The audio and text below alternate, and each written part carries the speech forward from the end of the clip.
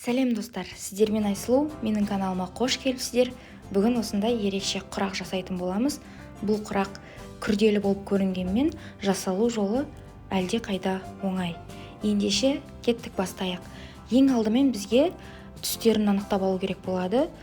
Ол түстерді әртүрлі маталардан, велюр матадан алдым. 5 түрлі түс қылып жолақтар қиып аламыз. Ені 3 сантиметрден. Оларды өздеріңіздің қалауларыңызбен реттермен орналастырасыздар. Мен осындай ретте орналастырдым. Одан кейін оған флизелиндерді сәйкесінше өлшемі бойынша қиып алып, үтікпен жабыстырып, әрқайсысына жақсылап үтіктеп жабыстырып шықтым. Мінекей осындай болды. Флизелин салған кезде көріп тұрсыздар, бірден велюрдің формасы өзгеріп шыға келеді, әдемі болып. Енді оларды бір-біріне осылай әрқайсысын екі-екіден тігіп шығамыз ұзыннан. Содан кейін 5-ші бөлігін тігетін боламыз. Тігетін кезде лапкамыз міндетті түрде осы шетіне сәйкес келу керек, екі бір-біріне түйіскен матаның. Сол кезде әрқайсысы тігісімізді осылай тіккен кезде біздің құрақтарымыздың барлығы өлшемдері бірдей болып, бұрыштары барлығы бір-бірімен қиылысады. Егерде осы заңдылықты сақтап отырсаңыздар. Одан кейінгі екінші маңызды зат ол үтіктеу тігістерімізді және де бір-бірлерінен алшақ қылып үтіктеп шығу. Себебі бір жерде қатты уплотнение болса, яғни бір жерге тігістер жиналып қалса, ол жер қатты болып көрініп қалады. Сондықтан да тігістерімізді жан-жақты етіп жайып тұрып үтіктеп шығамыз, теңдей бөліп. Енді осының бізге ұзындығын өлшеу керек болады. Енін яғни 8 сантиметр болып тұр. Қай жерде, әр жерде әртүрлі болуы мүмкін, сондықтан барлық жерден қарап шығамыз. 8 сантиметрлік шаршы сызып алуымыз қажет болады. Соған сәйкес 8-ді 8 қылып квадрат сызып аламыз.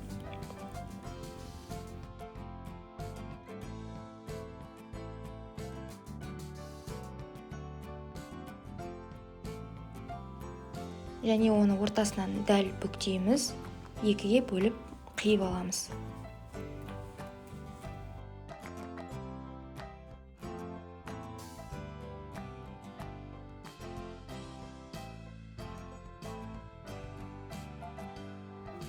Енді 8 сантиметрлік жағынан бір жағына скотч жабыстырып, сол жағына осылай 8 сантиметрлік тағы екінші жағын жабыстырып, үшбұрыштың параллелепипед қыламыз. Яғни бізде ортаңғы бөлігі 8 сантиметр болу керек. Сонда біздің жаңағы өлшемімізге дәл келетін болады жолағымызға. Осылай параллелепипедтерді үстіне қойып, сызғышпен бастыра отыра сызып шығамыз екі жағынан. Бұл ромбик емес, бұл параллелепипед болады. Бұның формасы сәл басқашалау ромбиктан. Барлығын осылай сызып шығамыз. Бізге 8 деталь қажет болады. Және де жаңа параллелепипедімізді қойып сызған кезде астынан да артық бізде орындар қалды. Соның барлығын сызып өттім. Және де оларды қиып тастаймыз. Бізде барлық параллелепипедтеріміз бірдей болу керек, теңдей.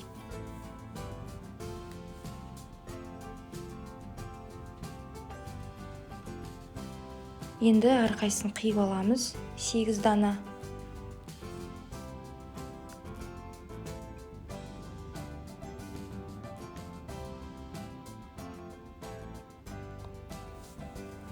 Оларды реттікпен орналастырып осылай құрастырамыз.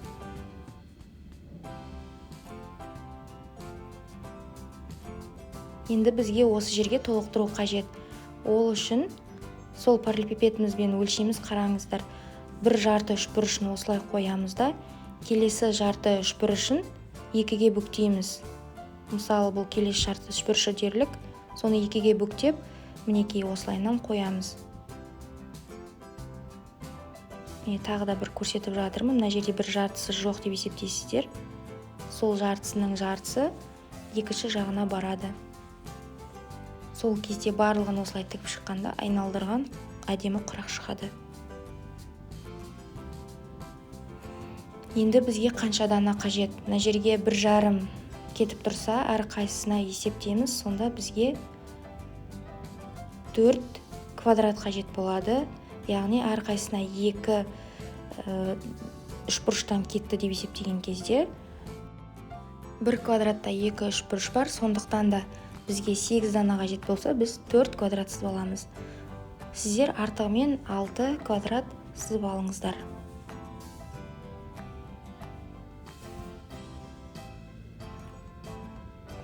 Енді осы жерде біз квадратты 8-де 8 қылмаймыз, артығымен аламыз, яғни 10-да 10 немесе 11-де 11 қылып. Ол бізге тігіске қажет болады. Мінекей, менде 6 дана квадрат, 10-да 10 сантиметрден. Олардың барлығын жартысынан бөліп шығамыз, теңдей етіп, және қиып аламыз.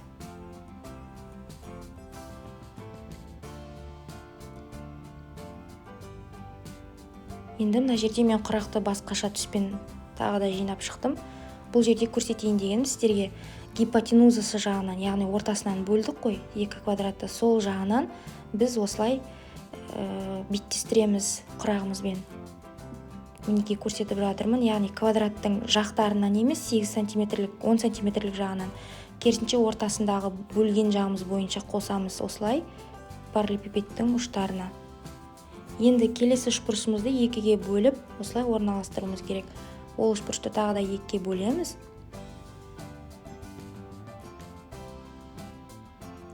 Яғни 4 үшбұрышты 2-ге бөліп шығамыз, 8 үшбұрыш қажет. Ол үшін осылай сызғышымызды перпендикуляр орналастырамыз. Мінекей 0 сызығы осы астыңғы сызықпен параллельно орналасу қажет. Сол кезде бізде барлығы перпендикулярны болады, және де ұзыннан ұшына дейін сызып шығамыз. Ол бізде 2-ге бөлу болып есептеледі. Енді оларды орналастырамыз. Олардың да катеттары жағынан емес, керісінше жаңағы ортасынан бөлген жағымыз бойынша орналастырып аламыз. Мінекей, сол кезде бізде артық жерлер қалады, оның барлығы соңынан қиылады. Сондықтан да ол жерлерге мән бермейміз. Мінекей, гипотенузасы жағынан осылай орналастырып жатырмыз. Жалпы картина осындай болады.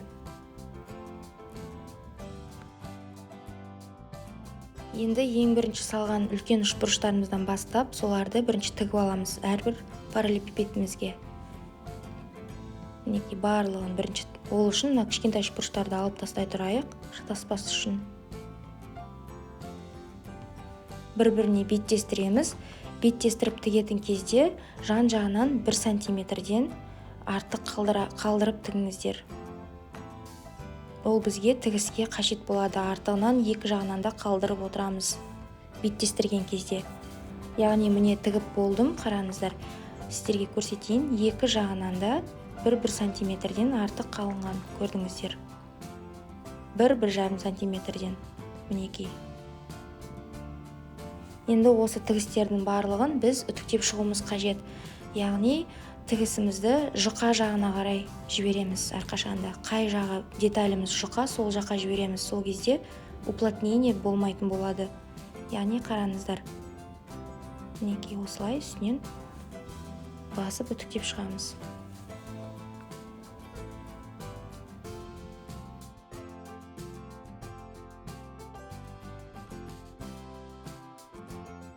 Велюрдің сыртынан үтіктеу үшін үстіне қандай да бір хлопок, яғни бұл жерде бөз матасын пайдаландым, соны қойып, немесе марлемен де үтіктеп шығуларыңызға болады.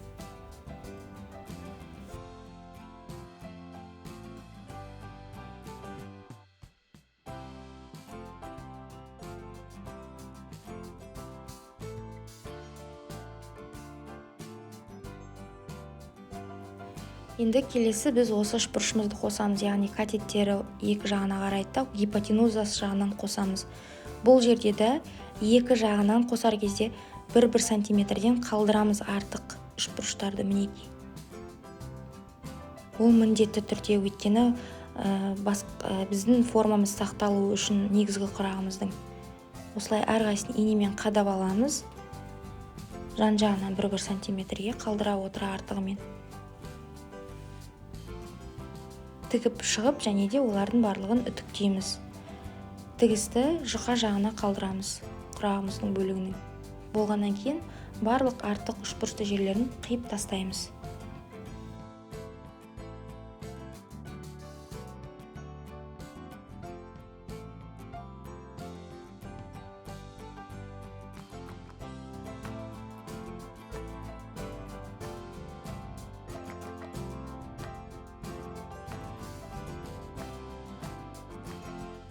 Енді біз әрқайсысын осылай екі-екіден тігіп алуымыз қажет бір-біріне. Ол үшін қарама-қарсы жақтарынан бастаймыз. Яғни бірінші осыны тіксек, екінші қарама-қарсы жағын тігіп аламыз. Одан кейін үшінші, төртінші, екі бір-біріне қарама-қарсы жақтарын тігеміз. Оларды болғаннан кейін артық жерлерін қиып тастаймыз тігіп. Және де жұқа жағына қарай тігісті үтіктейміз. Қай жағы жұқа, сол жағына қарай тігісті қайыра үтіктеп шығамыз. Енді екі жағынан бір-бірлерімен қосамыз. Содан кейін ең соңғы тігіс ретінде ортасын қосып шығамыз. Ол уақытта дәл ортасын центрімен қосуымыз қажет болады. Мінекей, енді ортасын қосуымыз керек. Осы жерде дәлме-дәл тігісіміз сәйкес келуі қажет ортасындағы. Ол үшін қосатын кезде осылай қарап аламыз нақты тігісімен тігісін. Сосын үстін инемен бекітіп, тігісін жасап шығамыз. Енді артық жерлерін сызғышпен осылай өлшеп сызып алып, қиып тастаймыз. Сол уақытта бізде осындай құрақ пайда болады. Мінекей, құрағымыз дайын болды. Бұл құрақты дөңгелек көрпеше үшін жасаған болатынмын. Яғни ортасында шеңбер ретінде әдемі орналаса қалады. Жақында осы көрпешенің толық тігілу жолын саламын. Осы жерге сілтемені қалдырып кетемін. Достар, сіздерден еңбегімнің бағасы ретінде әрине лайк немесе пікір күтемін. Және де каналдан алыстамас үшін жазылып будильник батырмасын басып қойыңыздар. Сіздермен болған Айсұлу. Менің инстаграм парақшама да жазылуды кеңес беремін. Ол жерде де бірнеше өзімдік креативтермен бөлісіп отырамын. Сау саламатта болыңыздар. Құрақ құрауда сіздерге үлкен сәттілік тілеймін.